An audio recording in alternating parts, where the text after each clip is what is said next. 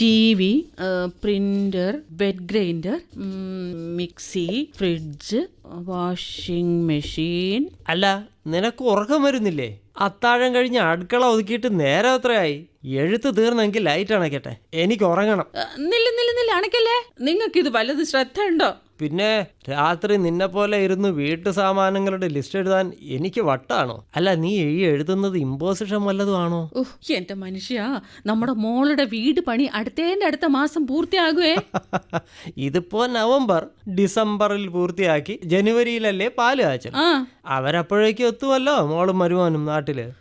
വീട് പണി തീരും, സമ്മതിച്ചു. അത് മതിയോ? പിന്നെ വീട്ടിൽപ്പെട്ട സാധനങ്ങൾ ഒന്നും തന്നെ വേണ്ടേ? അത് നമ്മൾ തന്നെ കൊടുക്കണം. വേണം. അതിന്റെ ലിസ്റ്റാ ഞാൻ എടുക്കുന്നത്. ഓ, അതാണോ പറയണ്ടേ? ദേ ചേട്ട, ഈ ലിസ്റ്റ് ഒന്ന് നോക്ക്. നമ്മുടെ മോളുടെ പുതിയ വീട്ടിലേക്ക് വേണ്ട സാധനങ്ങളുടെയാ. ഇതിൽ നിന്ന് 5 എണ്ണം തിരഞ്ഞെടുക്ക്. Laptop, fridge, mixie, washing machine, പിന്നെ ഒരു ഇലക്ട്രിക് സ്കൂട്ടറും. 5 ആയില്ലേ? ഇനി കുറെ ചോദ്യങ്ങൾ കൂടിയുണ്ട്. ആദ്യത്തെ ചോദ്യം, സ്വതന്ത്ര ഇന്ത്യയുടെ ആദ്യത്തെ പ്രധാനമന്ത്രി? സംശയമെന്ത്? ജവഹർലാൽ നെഹ്റു. രണ്ടാമത്തേത്, കേരളത്തിൽ എത്ര ജില്ലകളുണ്ട്? 14 അല്ലേ? ഓ ശരി. ഇനി മൂന്നാമത്തെ, ഒരു ദിവസത്തിൽ എത്ര മണിക്കൂറുണ്ട്? 24. ഓ, അതും ഓക്കെ. ഇനി നാലാമത്തെ ചോദ്യം, നിങ്ങൾ കിഴക്കോട്ട് നോക്കി നിന്നാൽ നിങ്ങളുടെ വലതുവശം ഏത് ദിക്കാണ്? അത് വടക്കല്ലേ? ഇനി അഞ്ചാമത്തേത്, ഭൂമിയുടെ ഉപഗ്രഹം? ചന്ദ്രൻ. അതെ. ഈ ചോദ്യാവലി ശരിയായി പൂരിപ്പിച്ചിട്ട് നമ്മൾ നേരത്തെ പറഞ്ഞ 5 വീട്ടുപകരണങ്ങളില്ലേ, അതിന്റെ എല്ലാത്തിന്റെയും വിലയുടെ 4/1 അടച്ച പുതിയ സാധനങ്ങൾ നമുക്ക് സ്വന്തം.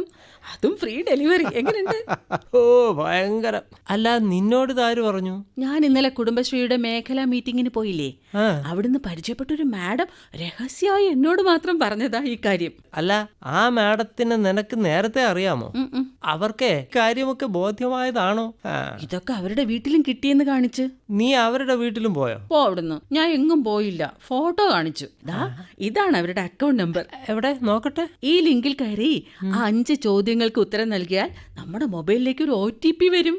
അത് കഴിഞ്ഞ് ഈ സാധനങ്ങളുടെ 4/1 വില വരുന്ന തുക നമ്മൾ ഓൺലൈനിൽ അടയ്ക്കണം. തുക അടച്ചാൽ ഉടൻ സാധനങ്ങൾ എത്തുമോ?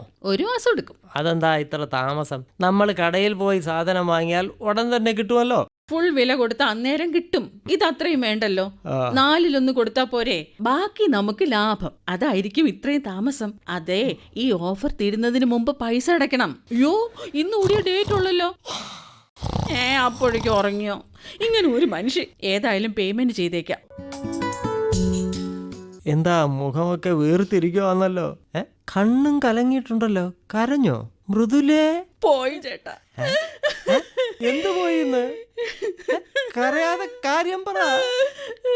അത് ഞാൻ കഴിഞ്ഞ ആഴ്ച രാത്രി ഓൺലൈൻ പേയ്മെന്റ് ചെയ്ത സാധനങ്ങളില്ലേ, 4/1 വിലക്ക് കിട്ടുമെന്ന് പറഞ്ഞ. അതിപ്പോ ഒരാഴ്ചയല്ലേ ആയുള്ളൂ. നീ അന്ന് പറഞ്ഞത് 1 മാസം കഴിഞ്ഞ് കിട്ടുമെന്നല്ലേ? മാഡത്തിനെ വിളിച്ചിട്ട് ഫോൺ അടയ്ക്കുന്നില്ല. നിന്റെ തങ്കപ്പെട്ട മാഡമോ? ഇത്ര പെട്ടെന്ന് സംശയം തോന്നാൻ കാരണം? ഈ ആഴ്ചത്തെ കുടുംബശ്രീയുടെ മീറ്റിംഗ് ഇന്നുണ്ടായിരുന്നു. ചെന്നപ്പോഴല്ലേ അറിയുന്നത്. എന്നോട് മാത്രല്ല, എല്ലാരോടും അവരെ കാര്യം പറഞ്ഞിരുന്നു. ആട്ടെ, നീ ആ തങ്കപ്പെട്ട മാഡത്തെ വിളിച്ചോ? അവരെ നിനക്ക് ഭയങ്കര വിശ്വാസമായിരുന്നല്ലോ. അതെ ചേട്ടാ, അവരെന്നെ അല്ല, ഞങ്ങളെ മൊത്തം പറഞ്ഞ് വിശ്വസിപ്പിച്ച്. എനിക്കപ്പോഴേ സംശയം ഉണ്ടായിരുന്നു. എന്നിട്ട് എന്താ എന്നോട് പറഞ്ഞില്ല? എന്നെ വിലക്കില്ല. ആ സമയം ഞാൻ എന്ത് പറഞ്ഞാലും നീ എന്നെ കുറ്റപ്പെടുത്തത്തേ ഉള്ളൂ. നിന്റെ സ്വഭാവം വെച്ച് അന്ന് തന്നെ പൈസ അടയ്ക്കുകയും ചെയ്യും. അല്ലേലും നിങ്ങൾ പണ്ടേ ഇങ്ങനെയാ. എനിക്ക് എന്തെങ്കിലും അബദ്ധം പറ്റുന്നത് വരെ നോക്കിയിരിക്കും. പറ്റിക്കഴിഞ്ഞെന്നെ കുറ്റപ്പെടുത്താൻ. ഇതിപ്പോ വാദി പ്രതിയായോ? എന്റെ പ്രിയ ഭാര്യയെ, സ്വബുദ്ധിയുള്ള ആരെങ്കിലും ഇത്തരം സിമ്പിൾ ഉത്തരം എഴുതി കൊടുത്തു എന്ന ഒറ്റ കാരണത്താൽ അവർക്ക് നഷ്ടമുണ്ടാകുന്ന ഏർപ്പാട് ചെയ്യുമോ? നിന്നെ പറഞ്ഞിട്ട് കാര്യമില്ല. മലയാളി ഉള്ളിടത്തോളം ഇവരെ ഇനിയും അവതരിക്കും, പുതിയ രൂപത്തിലും ഭാവത്തിലും. കരുതലോടെ പെരുമാറിയാൽ നമുക്ക് കൊള്ളാം, വരും തലമുറയ്ക്കും.